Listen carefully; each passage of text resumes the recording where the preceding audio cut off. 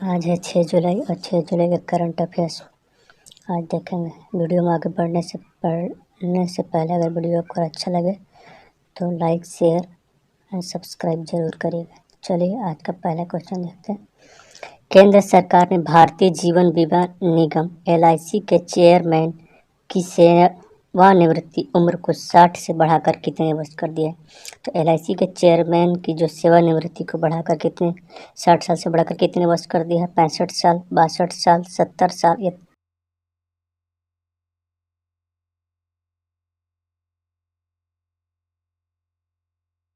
62 year कर दिया गया।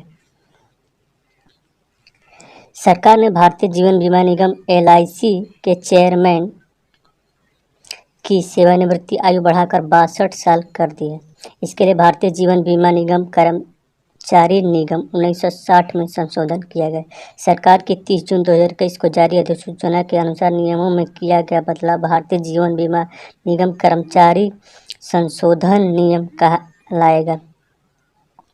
पिछले महीने सरकार ने LIC चेयरमैन M.R. कुमार को कार्यकाल 9 महीने बढ़ाकर अगले साल मार्च तक कर दिया था। चालू वित्त वर्ष के अंत तक LIC के IPO लाने का प्रयास है। इसी को देखते हुए यह कदम उठाया गया है। आने वाले समय में जो LIC का IPO आने वाला है उसको देखते हुए इनके कार्यकाल को 60 ईयर से बढ़ाकर 62 ईयर किया गया है। अभी प्रेजेंट टाइम में कौन चेयरमैन है? M.R. कुमार।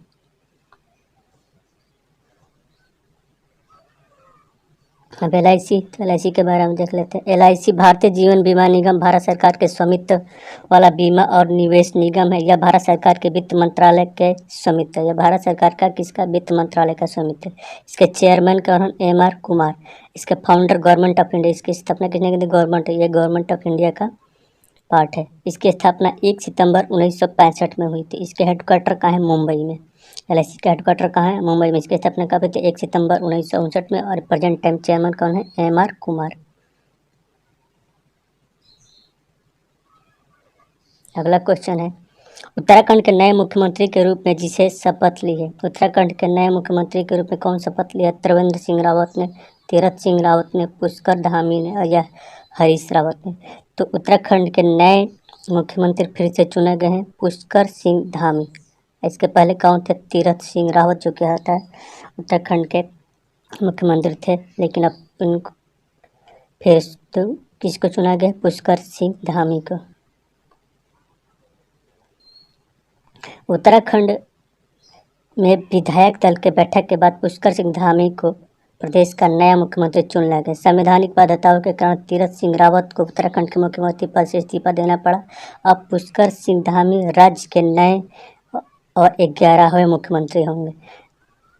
4 माह पहले तीरथ सिंह रावत ने CM पद की शपथ ली और संविधान के नियमों के मुताबिक उन्हें 10 दिसंबर तक चुनाव जीतकर विधायक बनना था, लेकिन कोरोना महामारी के कारण उपचुनाव में स्थिति नहीं बन सकी। यही कारण है कि तीरथ को इस्तीफा देना पड़ा। तीरथ सिंह रावत ने शुक्रवार को देर रात राजभवन में राज्यपाल बेबी रानी, उत्तराखंड की राज्यपाल के यहाँ कौन है? बेबी रानी मौर्य से मुलाकात की और अपना इस्तीफा सौंपा। तीरथ सिंह रावत उत्तराखंड के इतिहास में सबसे कम कार्यकाल 84 दिन वाले मुख्यमंत्री। उत्तराखंड के सबसे कम समय वाले मुख्यमंत्री कौन है? तीरथ सिंह रावत। अब क्या है उत्तराखंड? तो उत्तराखंड के बारे में देख लेते हैं। उत्तराखंड की राजधानी क्या है? देहरादून। उत्तराखंड के राज्यपाल बेबी रानी मौर्य। उत्तराखंड में विधानमंडल कौन है? एक सदन। विधानसभा की सीटों की संख्या कितना है? 71। और भारतीय संसद की बात करें तो राज्यसभा की सीटों की संख्या कितना है? 3। और लोकसभा में सीटों की संख्या कितना है? 5 उत्तराखंड की तरफ से। अगला क्वेश्चन है, जिस भारतीय महिला क्रिकेटर ने अंतर्राष्ट्रीय क्रिकेट के सभी प्रारूपों को मिलाकर सबसे ज्यादा रन बनाने वाले दुनिया की पहली खिलाड़ी बन गई है? Charlotte Edwards, Suzie Bates, Mithali Raj या स्मृति मंधाना?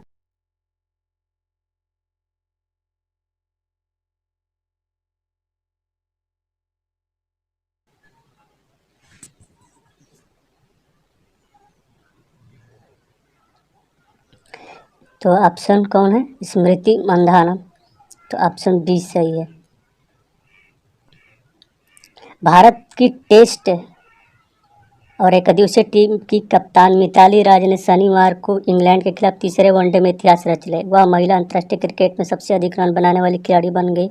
उन्होंने इंग्लैंड के पूर्व कप्तान चार्लोट एडवर्ड्स को पीछे छोड़ दिया। 38 वर्षीय राज ने वेस्टर्स में तीसरे वनडे में भारतीय पारी के 24वें ओवर में एडवर्ड्स के 10,273 के स्कोर को पीछे छोड़ा है। वह तेज गेंदबाज नट साइवर की गेंद पर चौका लगाकर मील के पत्थर तक पहुंचे। ये लिस्ट में न्यूजीलैंड की सूजी बेट्स 7,849 रन के साथ तीसरे नंबर पर है।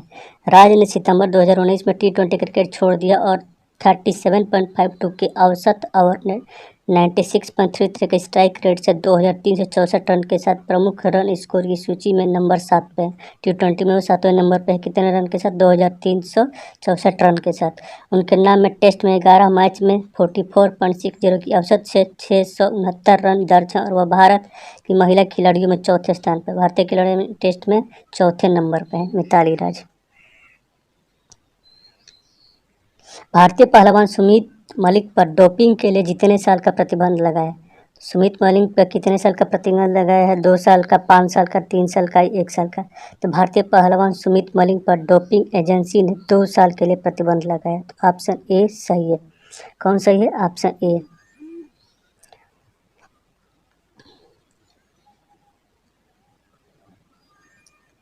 भारतीय पहलवान सुमित मलिक को टोक्यो ओलंपिक में भाग लेने का सपना चकनाचूर हो गया। डोपिंग टेस्ट में फेल होने के बाद सुमित मलिक को 2 साल का बैन लगा दिया गया। सुमित के बी नमूने में भी प्रतिबंधित पदार्थ के अंश पाए गए। इसके बाद यूनाइटेड वर्ल्ड रेसलिंग ने भारतीय पहलवान पर 2 साल का प्रतिबंध लगा दिया। हालांकि मलिक को फैसले के खिलाफ अपील करने या उसे मानने के लिए 1 सप्ताह का समय दिया गया। सुमित ने सोफिया में विश्व ओलंपिक क्वालिफायर में 125 किलो भार वर्ग में टोक्यो ओलंपिक के लिए क्वालिफाई किया था। कितने ग्राम? 125 किलोग्राम भार में जो ने टोक्यो ओलंपिक के लिए क्वालिफाई किया था। लेकिन इसी टूर्नामेंट में डोप टेस्ट में नाकाम रहने के बाद उन पर अस्थायी निलंबन लगाया गया था। अगला क्वेश्चन है, विश्व बाजार पूंजीकरण में भारत की हिस्सेदारी में बढ़ोतरी हुई है। भारत की हिस्सेदारी में कितने % की बढ़ोतरी है? 50% की, 40% की, 45% की, 60% की। तो ऑप्शन सी सही है, 45% की। कितने % की बढ़ोतरी हुई है? 45% की। ब्लूमबर्ग की रिपोर्ट के अनुसार जून 2021 से विश्व बाजार पूंजी वर्ल्ड मार्केट कैपिटलाइजेशन भारत की हिस्सेदारी 2.60% थी। भारत विश्व बाजार पूंजीकरण में अपना हिस्सा 45% के दीर्घकालिक औसत की तुलना में बढ़ाया है। मई 2020 में भारत की हिस्सेदारी 0.5% तक गिर गई थी, जब कोरोना वायरस की पहली लहर में वैश्विक इक्विटी बाजारों में प्रभाव भी किया गया था। हालांकि तब से इक्विटी शेयर बढ़ रहा है। भारत का बाजार पूंजीकरण 1 साल में बढ़कर 66% हो गया और जून 2021 में $2 ट्रिलियन हो गया। इससे वैश्विक बाजार पूंजीकरण में 44% की वृद्धि के पीछे छोड़ दिया है। भारत पिछले 5 साल में बाजार पूंजीकरण वैश्विक विकास दर 25% से बढ़कर 25% से बेहद 40.7% कर रहा है। पिछले 1 साल में भारतीय शेयरों में 49%